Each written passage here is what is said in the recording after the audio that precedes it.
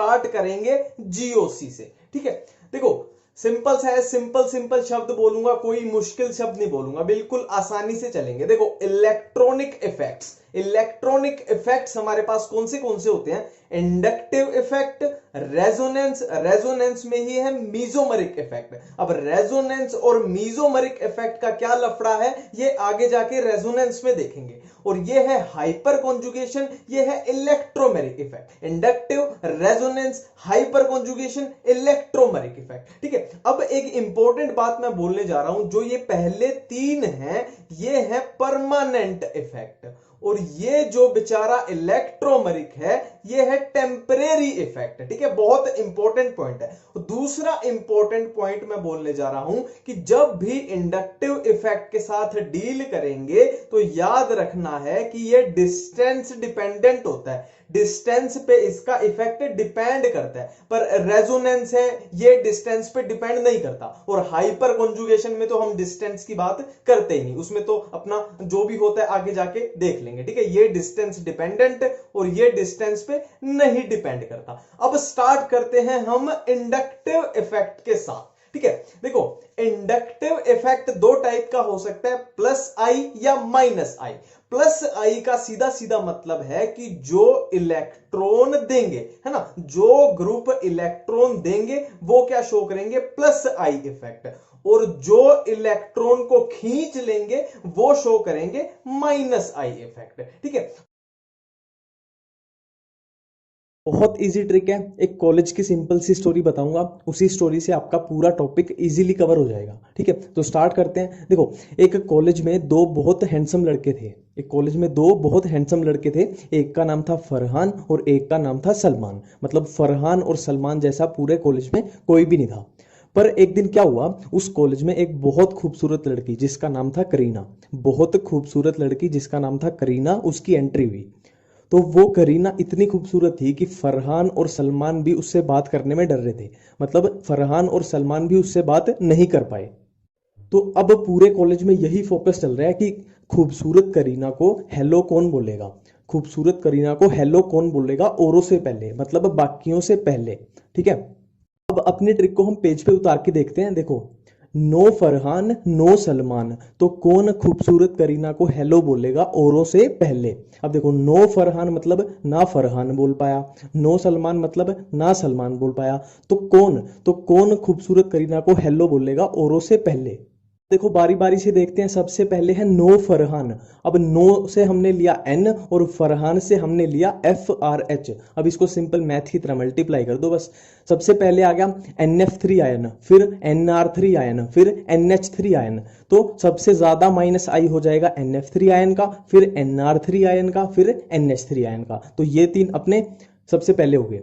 Next आ जाओ, फरहान के बाद है नो, नो से हमारे पास आया NO2 ग्रुप। फिर नो के बाद है सलमान, सलमान से हमारे पास आया SO3H group, sulphonic acid group.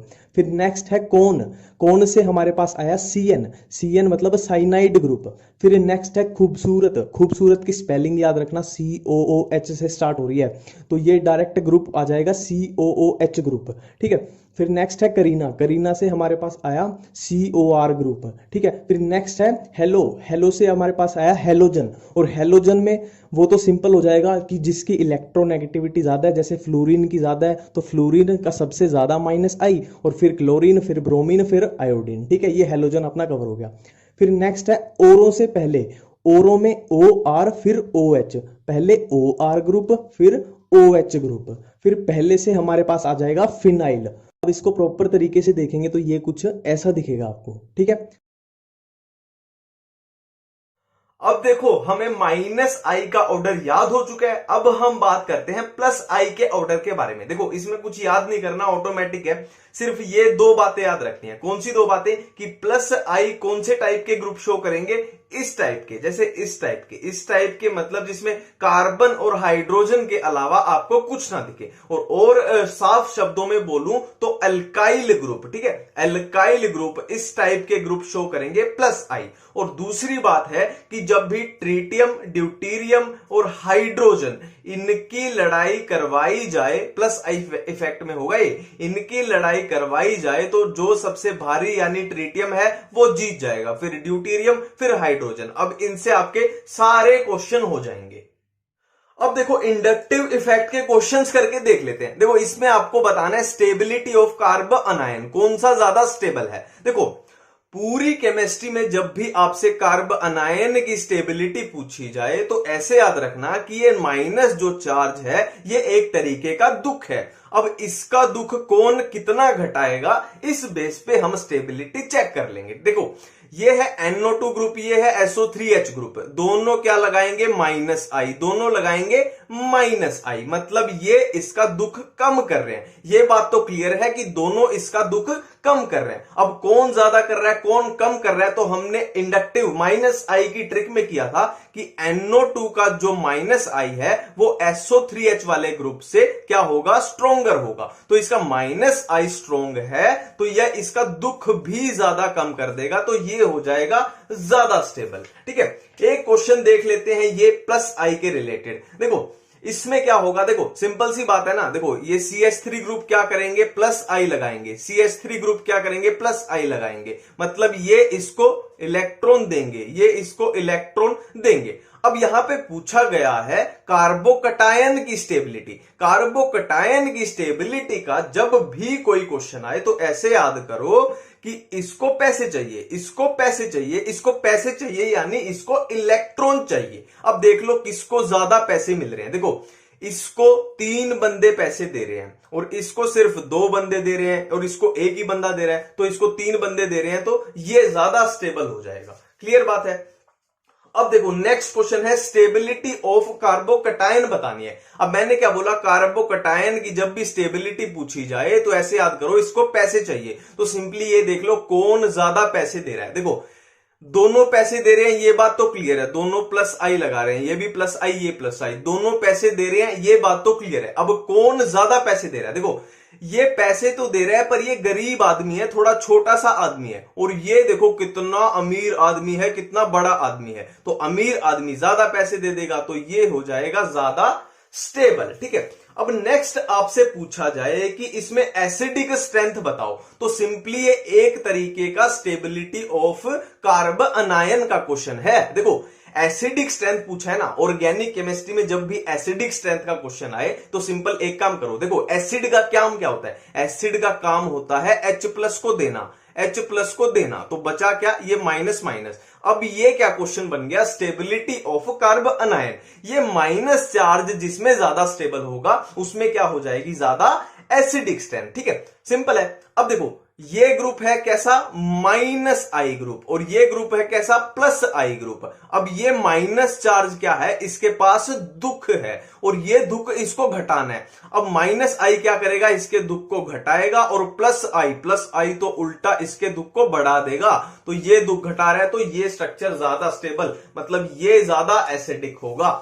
अब एक और एसिडिक स्ट्रेंथ का क्वेश्चन करते हैं, इनमें बताओ कौन ज्यादा एसिडिक है। तो बेसिक वही है एसिडिक स्ट्रेंथ, तो सबसे पहला काम H+ को भेज दो, H+ को भेज दो और बचे हुए पे माइनस चार्ज। अब ये क्वेश्चन बन गया स्टेबिलिटी ऑफ कार्ब अनायन का, मतलब ये इसके पास दुख है तो जो ज्यादा दुख इसका घटा देगा वो ही ज्यादा स्टेबल है। देखो ग्रुप कौन से हैं, ये माइनस आई, ये माइनस आई शो करेगा, ये माइनस आई शो करेगा। अब माइनस आई इनमें से किसका स्ट्रोंगर होगा, तो सिंपल सी बात है फ्लोरीन की इलेक्ट्रोनेगेटिविटी ज्यादा, और हमने ट्रिक में भी किया था कि फ्लोरीन का माइनस आई स्ट्रोंगर है, तो ये इसका ज्यादा दुख घटा रहा है, ये बेचारे का थोड़ा थोड़ा कम घटा रहा है, तो ज्यादा स्ट्रक्चर स्टेबल कौन सी हो जाएगी, ये वाली, तो ज्यादा एसिडिक भी हो जाएगी ये वाली। ठीक है, क्लियर है।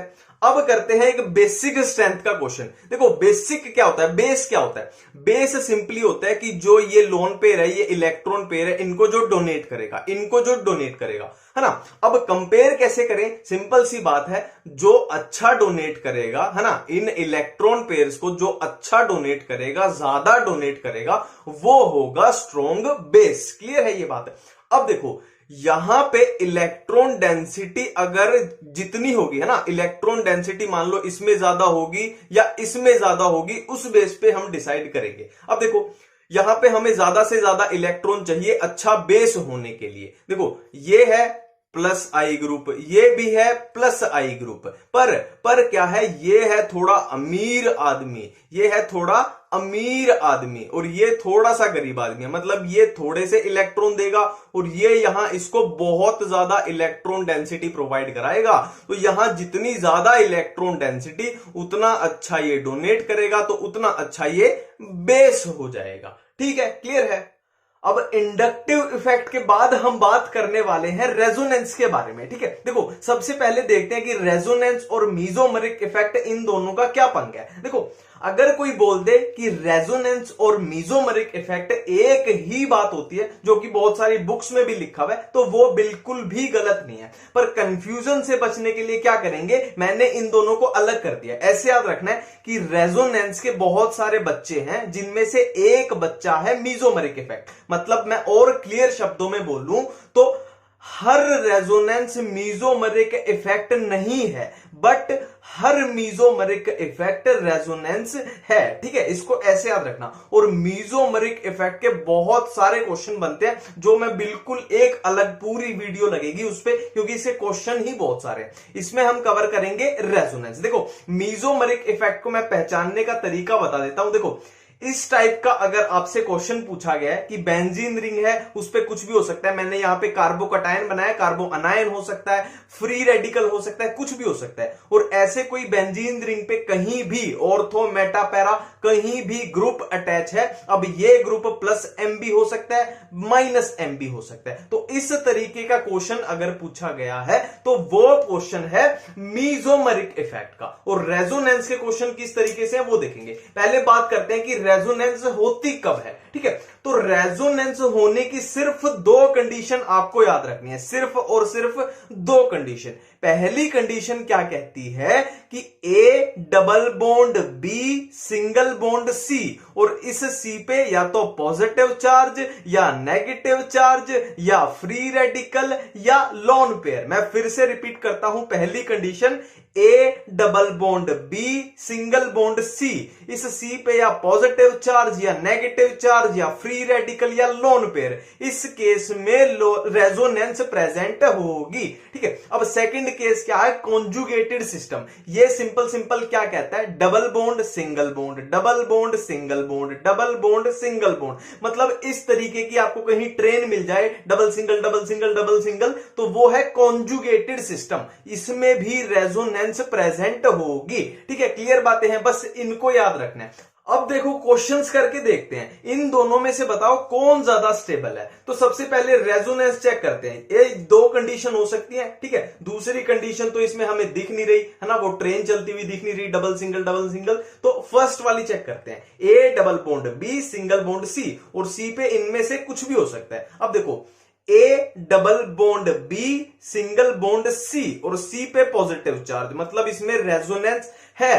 ठीक है, और इसमें देखते हैं A double bond C single bond C, पर इस पे कुछ भी नहीं है, जो पॉजिटिव चार्ज है वो उससे अगले वाले पे है, मतलब इसमें रेजोनेंस नहीं है। तो इसमें रेजोनेंस है, मतलब ये ज्यादा स्टेबल हो जाएगा। ठीक है, नेक्स्ट क्वेश्चन देखो, इनमें से बताओ कौन ज्यादा स्टेबल है। तो वही अपनी कंडीशन चेक करते हैं, हमें कॉन्जुगेटेड सिस्टम तो कहीं दिख नहीं रहा है, तो क्या है, A double bond B single bond C, और सी पे है पॉजिटिव चार्ज, मतलब इसमें रेजोनेंस प्रेजेंट है। और इसमें देखते हैं A double bond B single bond C, मतलब यहां पे पॉजिटिव चार्ज होता तो रेजोनेंस प्रेजेंट थी, पर ये दूर है तो इसमें नहीं है, तो इसमें रेजोनेंस प्रेजेंट, तो ये ज्यादा स्टेबल। ठीक है, इसमें कैसे स्टेबिलिटी कैसे बतानी है कार्बोकटायन की, सबसे पहले रेजोनेंस चेक करते हैं। देखो A double bond B single bond C, और सी पे है पॉजिटिव चार्ज, मतलब रेजोनेंस इसमें प्रेजेंट होगी। अब इसमें देखते हैं A double bond B single bond C, C पे है पॉजिटिव चार्ज,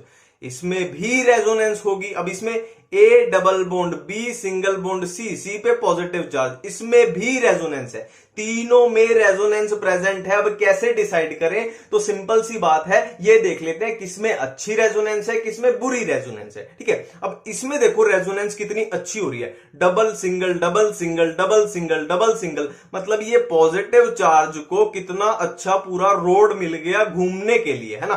तो इसमें वेरी गुड रेजोनेंस है। ठीक है, और इसमें देखो इसमें रोड तो मिला इसको डबल सिंगल डबल, पर पूरा नहीं मिला, यहां पे रोड टूट गया, मतलब इसमें रेजोनेंस है गुड, इसमें वेरी गुड, इसमें गुड। अब इसमें देखो इसमें खाली रेजोनेंस हो रही है, वेरी गुड या गुड नहीं बोलेंगे, खाली रेजोनेंस है। अब इसमें वेरी गुड रेजोनेंस है तो ये ज्यादा स्टेबल, ये गुड है फिर ये सबसे कम स्टेबल, सिंपल सी बात है। अब देखो एक लास्ट क्वेश्चन और करके देख लेते हैं, इनमें से बताओ कौन ज्यादा स्टेबल है। पहले रेजोनेंस चेक करते हैं। देखो A double bond B single bond C, और सी पे क्या है पॉजिटिव चार्ज, और इधर से भी ये कंप्लीट हो रहा है, A double bond B single bond C और सी पे पॉजिटिव चार्ज, मतलब इसमें रेजोनेंस प्रेजेंट होगी। और इसका देखते हैं। अब देखो अब आप यहां गलती क्या करोगे कि A double bond B single bond C और सी पे पॉजिटिव चार्ज, पर आप क्या करोगे ये डबल बॉन्ड को इग्नोर कर दोगे जो ठीक इस कार्बन पे है। अब ये डबल बॉन्ड क्या करेगा, ये रेजोनेंस नहीं होने देगा, ये एक तरह से ब्लॉक सिस्टम है। A double bond B single bond C, ये कार्बन इधर दूसरी साइड डबल बॉन्ड नहीं बनाना चाहिए, तो इसमें रेजोनेंस अब्सेंट है, तो ज्यादा स्टेबल हो जाएगा ये वाला।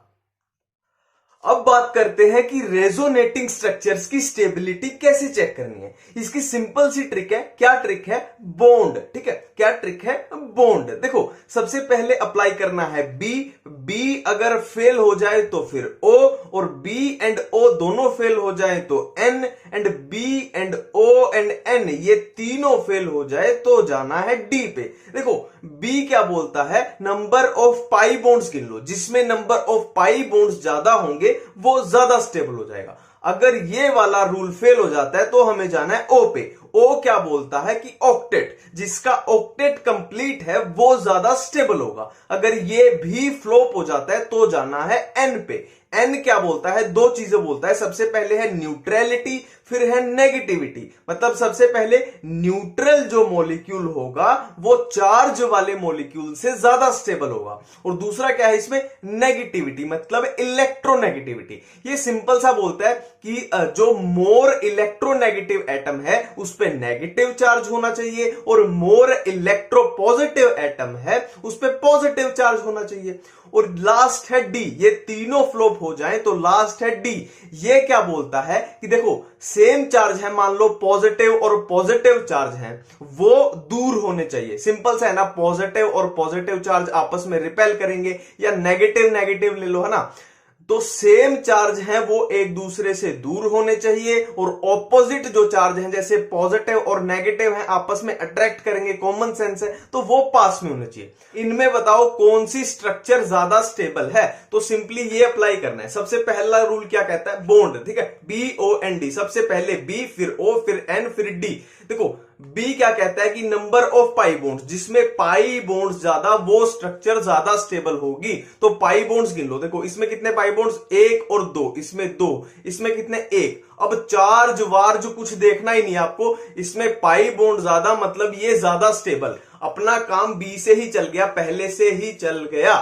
ठीक है, नेक्स्ट क्वेश्चन देखो, सबसे पहले अप्लाई करना है B, number of pi bonds. इसमें कितने पाई बॉन्ड्स हैं, एक। इसमें कितने पाई बॉन्ड्स हैं, एक और दो। ठीक है, अब देखो सिंपल सा और कुछ देखना ही नहीं है, इसमें पाई बॉन्ड ज्यादा मतलब ये ज्यादा स्टेबल, फिर से अपना काम बी से चल गया। ठीक है, अब देखो नेक्स्ट क्वेश्चन, देखो सबसे पहले वही सेम रूल है अपना कि सबसे पहले देखते हैं बी, है ना, bond, number of pi bonds. अब इन दोनों में देखो पाई बॉन्ड्स कोई सी में भी नहीं है, है ना, दोनों में पाई बॉन्ड अब्सेंट है, तो बी अपना फ्लॉप हो गया। अब हमें जाना पड़ेगा ओ के ऊपर, यानी ऑक्टेट। तो आप देख रहे हो लगभग दोनों में सेम ही बॉन्ड है, single single single single single, तो ऑक्टेट लगभग बराबर ही होंगे इनके, है ना, तो ऑक्टेट वाला भी फ्लॉप हो गया। अब नेक्स्ट पे चलते हैं न्यूट्रलिटी, मतलब न्यूट्रल मॉलिक्यूल ज्यादा स्टेबल होगा। तो इनमें से कोई भी न्यूट्रल नहीं है, इस पे भी प्लस माइनस चार्ज है, इस पे भी प्लस माइनस चार्ज है। अब नेक्स्ट है नेगेटिविटी। नेगेटिविटी क्या बोलती है? मोर इलेक्ट्रोनेगेटिव एटम पे माइनस चार्ज स्टेबल होता है। अब इसमें देखो, इसमें नेगेटिव चार्ज है ऑक्सीजन पे और इस पे नेगेटिव चार्ज है कार्बन पे। अब आप खुद सोच के बता दो कॉमन सेंस से कि नेगेटिव चार्ज ऑक्सीजन पे ज्यादा स्टेबल होगा या कार्बन पे? ऑक्सीजन पे होगा, क्योंकि ऑक्सीजन की इलेक्ट्रोनेगेटिविटी ज्यादा होती है। ठीक है, अब एक और क्वेश्चन करके देखते हैं। देखो, सबसे पहले बी कि पाई बॉन्ड जिसमें ज्यादा वो ज्यादा स्टेबल। पाई बॉन्ड्स इसमें भी एक है, इसमें भी एक है, तो इससे अपना आंसर नहीं आ रहा। नेक्स्ट फिर चलते हैं, ये फ्लॉप हो गया। फिर ओ पे चलते हैं कि ऑक्टेट जिसका कंप्लीट है वो ज्यादा स्टेबल। तो लगभग आप गिन के देख लेना, लगभग दोनों के सेम ही आएंगे ऑक्टेट। ठीक है, तो इससे भी आंसर नहीं आ रहा। अब नेक्स्ट पे चलते हैं कि neutral molecule is more stable. दोनों पे एक एक नेगेटिव चार्ज है, न्यूट्रल भी नहीं है। चलो भाई इलेक्ट्रोनेगेटिविटी पे चलते हैं। तो सिंपल सी बात है, इसमें देखो ऑक्सीजन पे है नेगेटिव चार्ज और इस पे है नाइट्रोजन पे। तो हमें पता है ऑक्सीजन की इलेक्ट्रोनेगेटिविटी ज्यादा होती है, तो इस पे ये नेगेटिव चार्ज स्टेबल है, तो ये स्ट्रक्चर ज्यादा स्टेबल हो जाएगी। सिंपल सी बातें।